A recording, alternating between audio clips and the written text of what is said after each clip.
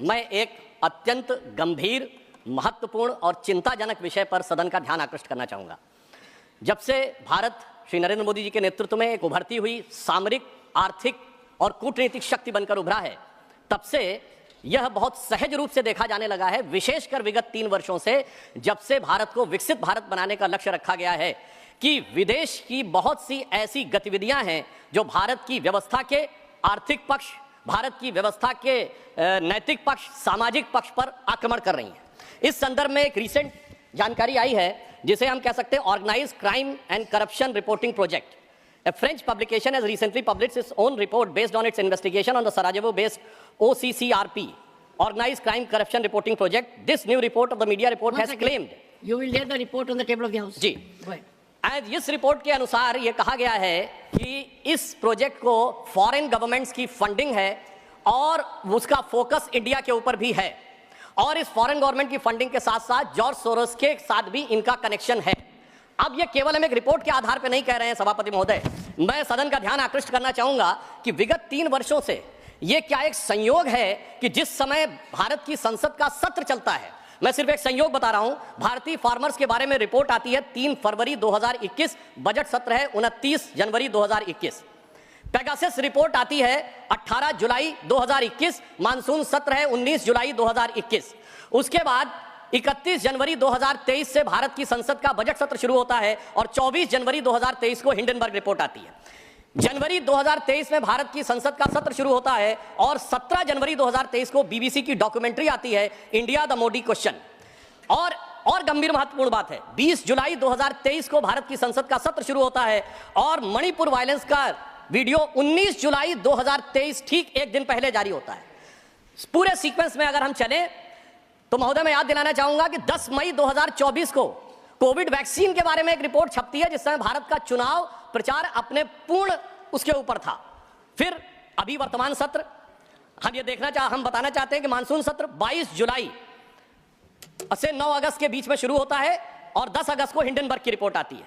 वर्तमान सत्र 25 नवंबर से प्रारंभ होता है और 20 नवंबर को अमेरिकन कोर्ट के एक अटॉर्नी की रिपोर्ट आती है एक बिजनेस हाउस के संदर्भ में। मैं सिर्फ देश के सामने बात रखना चाहता हूं। Honorable members, I will give time because listen to me, this is a very serious issue and we need to have opinion from everyone this side. We cannot allow largest democracy to be made dysfunctional by deep state anywhere else.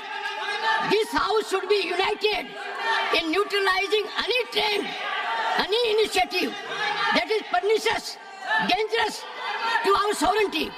I allow Sudhanshu Trivedi to continue. मैं सिर्फ ये बताना चाहता हूं कि विगत चुनाव भारत के राजनीतिक इतिहास के एकमात्र चुनाव थे जब विदेश में कोई रिपोर्ट नहीं, मैं विपक्ष सदस्यों से कहना चाहता हूं, रिपोर्ट नहीं, भारत के इतिहास का एकमात्र चुनाव था जब विदेश की एक गवर्नमेंट ने, रशियन गवर्नमेंट ने ऑफिशियल स्टेटमेंट दिया कि भारत के चुनावों में विदेशी हस्तक्षेप हो रहा है।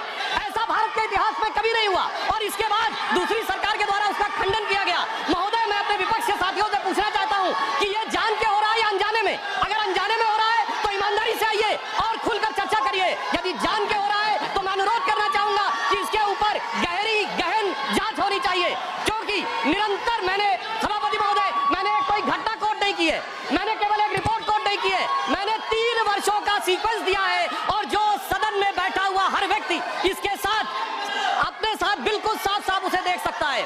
और मगर मैं यह भी कहना चाहता हूं सभापति महोदय कि जिन लोगों के दिल में यह ख्वाब है, यह बड़ी एक सहज स्वाभाविक सी बात है, जिन लोगों के दिल में यह ख्वाब है कि वो भारत को झुका लेंगे, तो मैं उनसे कहना चाहता हूं कि हम श्री नरेंद्र मोदी जी के नेतृत्व में जिस प्रकार से आगे बढ़ रहे हैं, ये मत सोचें कि विदेश से किसी चीज का आज प्रभाव पड़ने वाला है। भारत अपने स्वाभिमान के साथ आगे बढ़ रहा है।